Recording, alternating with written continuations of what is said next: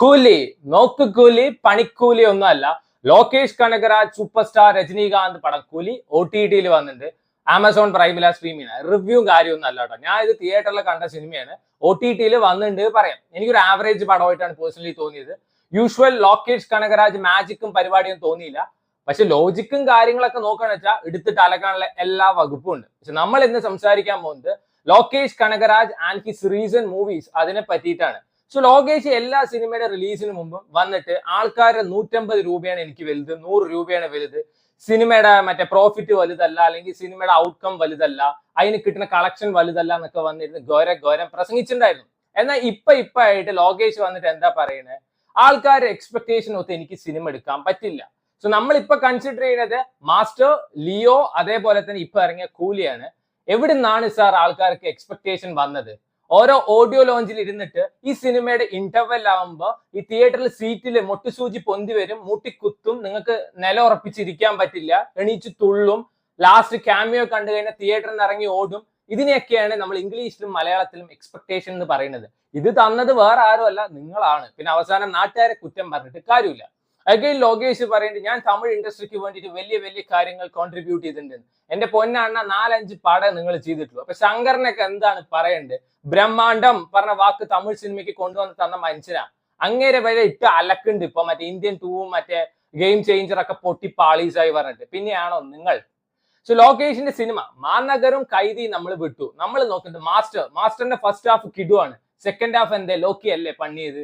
അതേപോലത്തെ ലിയോന്റെ first half കിടുവാണ്, ലോക്കിക്ക് മാത്രമേ ഇങ്ങനെ പണ്ണാൻ പറ്റുള്ളൂ. സെക്കൻഡ് ഹാഫ് പിന്നെ നാട്ടുകാരാണോ പോയി പണിയത്? അഗൈൻ കൂലി. സോ ലോകേഷ് ആദ്യമൊക്കെ കണ്ടന്റ് ഓറിയന്റഡ് സിനിമയായിരുന്നു എടുത്തിട്ടുണ്ടായിരുന്നത്. അതായത് കണ്ടന്റിനായിരുന്നു ഇമ്പോർട്ടൻസ്, ബാക്കി ഗിമ്മിക്സ്, കോമാളിത്തരം, ഐറ്റം ഡാൻസ് ഒന്നും ഉണ്ടായിരുന്നില്ല.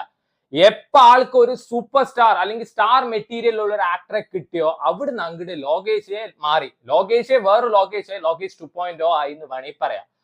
50% എന്റെ പടം, 60% എന്റെ പടം, 40% എന്റെ പടം, 90% എന്റെ പടം. കണ്ടന്റ് ഓറിയന്റഡ് പടങ്ങൾ പോയിട്ട് ശതമാനം ഓറിയന്റഡ് സിനിമയായി മാറി.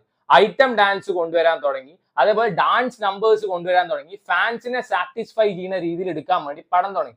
അവിടെയാണ് എല്ലാം മാറിയത്. അപ്പോഴാണ് ഈ ഫസ്റ്റ് ഹാഫ് എന്റെ സെക്കൻഡ് ഹാഫ് വേറെ ആരുടെയും, ഫസ്റ്റ് ഹാഫ് എന്റെ സെക്കൻഡ് ഹാഫ് വേറെ ആരുടെയും.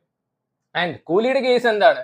കൂലിയില് ലൊക്കേഷന് വന്നിട്ട് 1000 കോടി അടിക്കണം. അതായത് തമിഴ്നാട്ടിലുള്ള ഒരു ആദ്യത്തെ 1000 കോടി. അതിന് വേണ്ടിയിട്ട് ഉപേന്ദ്രയെ കൊണ്ടുവന്നു, നാഗാർജുനെ കൊണ്ടുവന്നു, അമീർ ഖാനെ കൊണ്ടുവന്നു. അപ്പൊ പാൻ ഇന്ത്യൻ പടം കൊളുത്തുമല്ലോ. പക്ഷെ കണ്ടന്റ് പറഞ്ഞ സാധനം കൂടി വേണ്ടേ? ഇത്രയും ലോജിക് മിസ്റ്റേക്സ് ഉള്ള ഒരു ലോക്കിയുടെ പടം ഇന്നേ വരെ ഇറങ്ങിയിട്ടുണ്ടാവില്ല. അജാതി ഒരു സാധനമാണ് അന്ന് പടച്ചു വിട്ടിരിക്കുന്നത്. ഏറ്റവും വലിയ മണ്ടൻ എന്ന് പറയുന്നത് അമീർ ഖാനാണ്. ഇജാതി ഒരു കോമാളി റോളിന് അങ്ങനെ എന്താ വിചാരിച്ചിരിക്കുന്നത്? ഓ, തിയേറ്ററിൽ കയ്യടി ഉണ്ടാവും, പടക്കം പൊട്ടിക്കും, തിയേറ്ററിന് തീ കൊളുത്തുന്ന.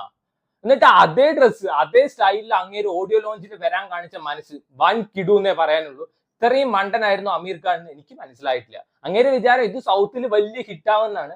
അവസാനം എല്ലാം പാളിയില്ലേ.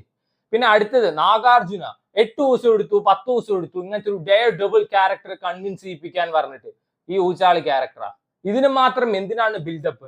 സൗബിൻ കേരളം വിട്ടിട്ട് ചെന്നൈയിൽ വീട് വാങ്ങിക്കേണ്ടി വരും. ഇത്രയും എക്സ്പെക്ടേഷൻ കൊടുത്തത് ലോകേഷ് കനകരാജ് തന്നെയാണ്. പിന്നെ നാട്ടുകാരെ കുറ്റം പറഞ്ഞിട്ട് കാര്യമില്ല. ആൻഡ് ലോകേഷ് അറിയപ്പെടുന്നത് LCU, ലോകേഷ് സിനിമാറ്റിക് യൂണിവേഴ്സ്. അതിലാണ് ആള് ക്ലിക്ക് ആയത്, അതിലാണ് ആൾക്കാർ ആളെ അക്സെപ്റ്റ് ചെയ്യാൻ തുടങ്ങിയത്. എന്നിട്ട് കൈതിയിട്ടു എവിടെ? എപ്പ തുടങ്ങിയ പടമാണ്? ഇപ്പൊ ഇറങ്ങും. ഇനിയിപ്പോ ആ കൊച്ചിന് കല്യാണപ്രായമായി തോന്നുന്നു. ഇനിയിപ്പോ കഥ അങ്ങനെ മാറ്റി എഴുതേണ്ടി വരും. ഈ കാർത്തിയുടെ കുട്ടിയുടെ കാര്യമാണ് പറഞ്ഞത്. ഇനിയിപ്പോ അടുത്തത് ലോകേഷ് എടുക്കാൻ പോകുന്നത് സ്റ്റാർസിനെ വെച്ചിട്ടുള്ള സിനിമയാണ്. കമലഹാസൻ, രജനീകാന്തും കൂടി ചേർന്നിട്ടുള്ള സിനിമ. സാധാരണക്കാരൊന്നും വെച്ചിട്ട് അങ്ങനെ പടം എടുക്കില്ലേ. മാനഗരം എങ്ങനെ ഹിറ്റായത്? എന്ത് സ്റ്റാർ വാല്യൂ ഉണ്ടായിട്ടാണ് മാനഗരം ഹിറ്റായത്? കണ്ടന്റ് ആയിരുന്നു അവിടെ കിങ്. കൈദി പറഞ്ഞ വിജയുടെ പടത്തിന് ക്ലാഷ് വെച്ചിട്ട് ഹിറ്റായ സിനിമയാണ്.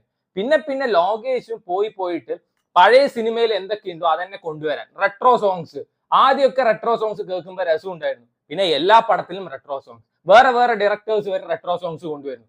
കൈദിയിലുള്ള ആ ഒരു സീൻ ലാസ്റ്റ് അത് വിക്രമിൽ കൊണ്ടുവന്നു. ഇപ്പൊ എല്ലാ ഡയറക്ടേഴ്സും അതെടുത്ത് ആഘോഷിപ്പിക്കുകയാണ്. And finally that's very boring എന്ന് വേണമെങ്കിൽ പറയാം. Title card. സോ ലോകേഷ് മറ്റേ ലിയോയില് വിജയ്ക്ക് ഒരു ട്രിബ്യൂട്ട് എന്നുള്ള രീതിയിൽ ടൈറ്റിൽ കാർഡ് കൊണ്ടുവന്നു. ഇപ്പൊ എല്ലാവരും അതെടുത്ത് ആഘോഷിച്ചുകൊണ്ടിരിക്കുകയാണ്. ഈവൻ ലോകേഷ് അടുത്ത പടങ്ങളിലും അത് തന്നെയാണ് കൊണ്ടുവരുന്നത്. സോ ഇങ്ങനെ പോയി കഴിഞ്ഞാൽ എന്തായിരിക്കും അവസ്ഥ എന്നാണ് അറിയാത്തത്. Definitely Lokesh one of the best directors in Indian സിനിമയാണ്. അതിലൊന്നും ഒരു ഡൗട്ടും ഇല്ല.